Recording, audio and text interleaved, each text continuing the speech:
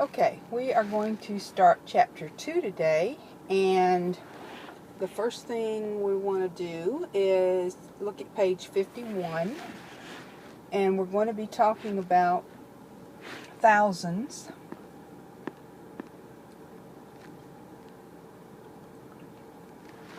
Along with place value. So the first thing we want to think about is, if you look at the pictures over there on the left on page 51, you'll see that you have a little block that looks like this, and it says 1 after it. And then you have a long block, which I'm going to have to draw over here.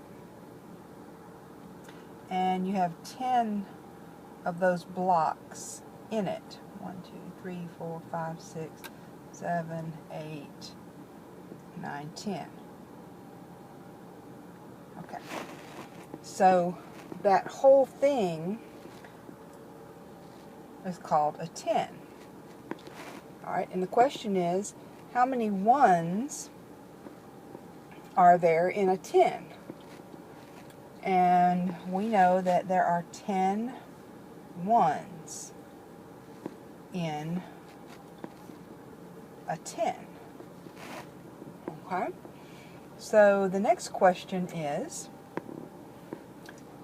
let me erase that. How many 10s go in 100? And if you look at the picture over there, you see the 10 there, which has 10 blocks. Okay. And then you see 100, which is a big square.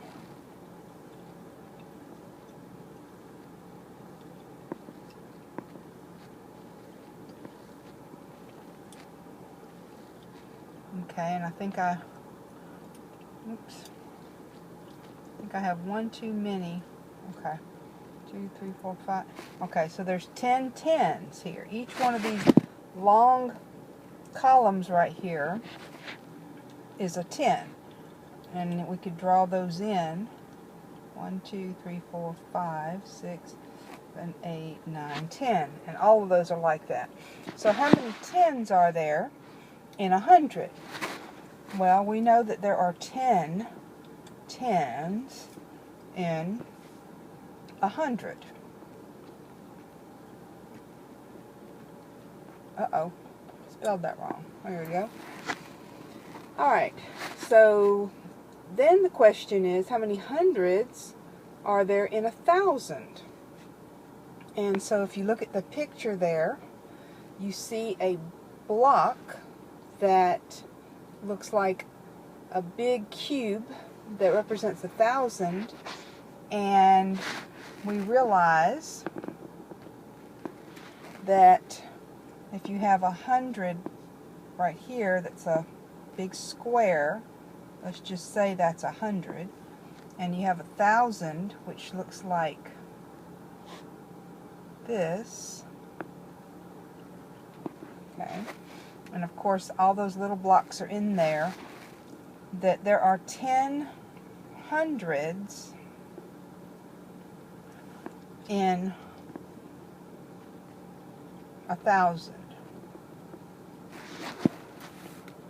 Okay, so each time we take 10 of something to make the next place value, and so that's why we call our number system the base 10 system.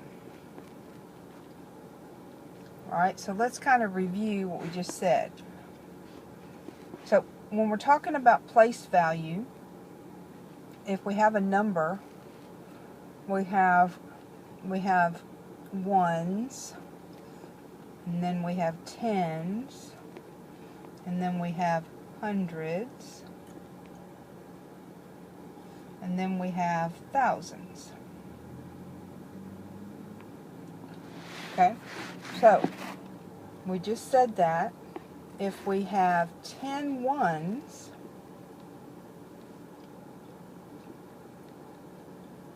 that's going to give us 110. Alright? And we said if we had 10 tens, that would give us 100. And if we have 10 hundreds, that'll give us 1,000. Okay? So each time to get to the next level, we have to take 10 of the previous level. So 10 ones gives us a 10, and then 10 tens gives us 100, and 10 hundreds gives us 1,000, etc., etc., etc. Alright, so if we write a number like the number 5,608 in what we call expanded form,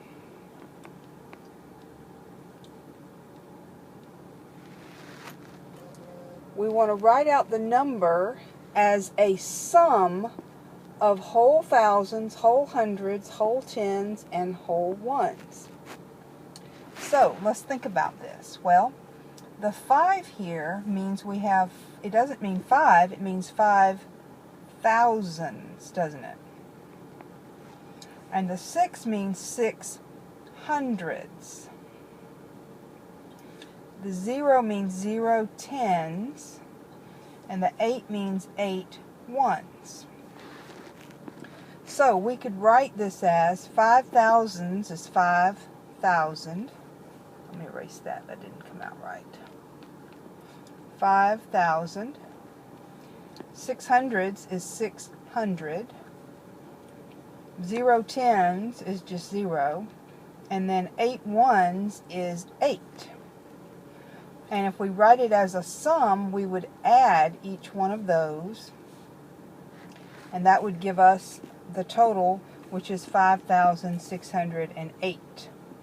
Okay, so this expanded form, 5,608, in expanded form is 5,000 plus 600 plus, we don't have to write the 0, we could, let's go ahead and write it, and then the 8 is just 8.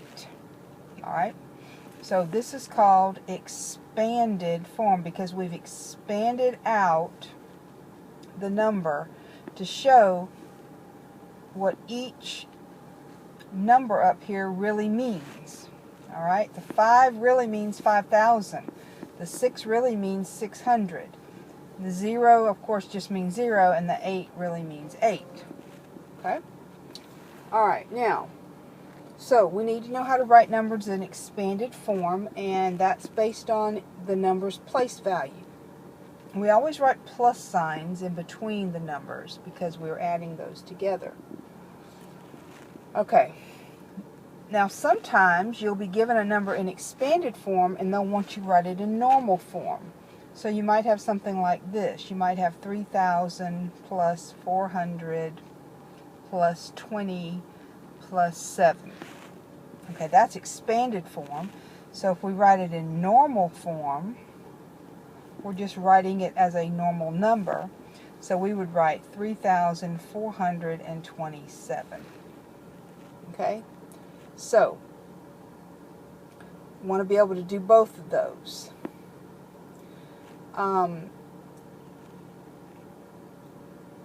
Now,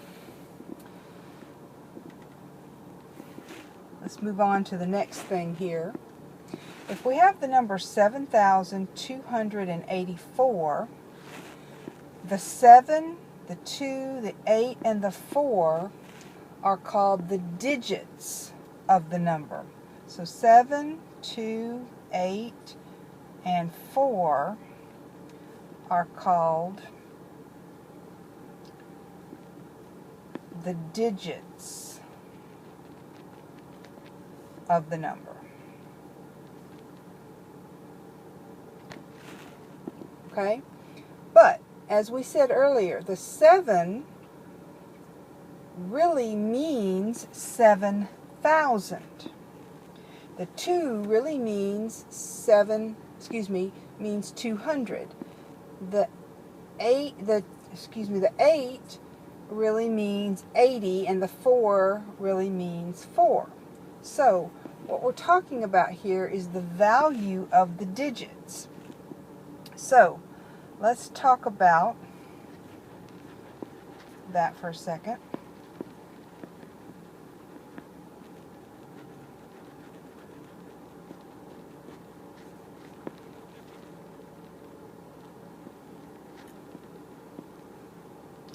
Alright, so when we talk about the values of the numbers, we could say the value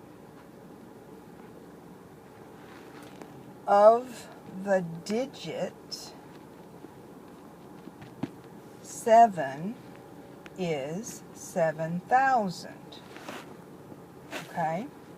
And then we could say the value of the digit 2 is 200. Okay? And then we could say, let me erase this.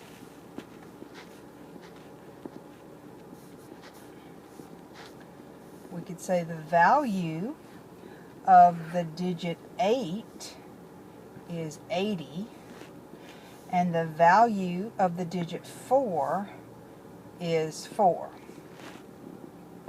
Okay? So the value of a digit depends on where it is in the number. Alright? So look where the 9 is in these next numbers. Okay, I'm going to write some numbers up here. I have 690. I have 9055, 419, and 1970. Alright, so in this first number, the 9 means 90 because it's in the tens place. Alright, in this number, the 9 means 9,000. Because it's in the thousands place. In this number, the 9 means 9 because it's in the ones place. And in this number, the 9 means 900 because it's in the hundreds place. So the value of the digit, and here are the values for each one of these digits, depends on where it is in the number. So in other words, the value of the 9 depends on where it's at, or where its place is. That's why our system of writing number is called the place value system. Because the value of the number depends on the place the number is in the number. If the 9 is in the hundreds place, like here, then the 9 means 900. If the 9 is in the thousands place, like it is in this number, the 9 means 9,000, etc. Alright? So, you're going to have some problems where they're going to ask you the value of the digit in the number. And again, it's going to depend on where it is in the number. Okay? Alright, so, what I want you to do is pages 51 and 52, 51 through 52 for homework. Okay, and I will see you tomorrow. Bye.